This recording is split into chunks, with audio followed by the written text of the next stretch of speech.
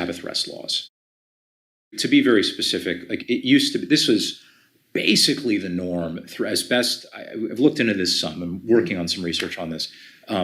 Really literally dating back to Constantine and his recognition of Christianity in the Roman Empire, that you've had a pretty consistent tradition in Western civilization of taking Sunday off from commerce.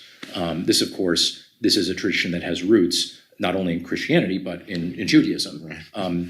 And keeping the Sabbath holy, and having a time not only it's not merely from rest in the sense of abstinence from work, but it's rest for time with God, time worshiping God. It's rest for time with community, and even in between is time with family.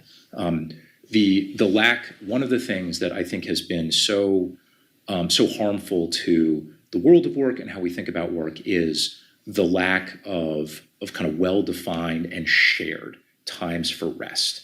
One of the best pieces on this from a secular-ish author named Judith Shulevitz put this in The Atlantic a few years ago, called "Why You Never See Your Friends Anymore." And she opens with talking about the Soviet experiment in abolishing the 7-day week, replacing it with a 5-day week where just 1/5 of all the people are randomly assigned, like, you will have this day off, you will have this day off. It was a debacle. And within a few years, even the Soviets had to admit this was a very bad idea.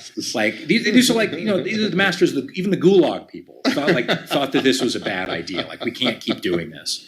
So having more of that steadier rhythm of work and rest would be so much healthier, so much happier, and help people more readily connect with the purpose of their work. Being able to push back from your work allows you to more readily see it as service to God, service to family, service to community, than the weird kind of soup of half rest, half work that we all seem to be floating in all the time.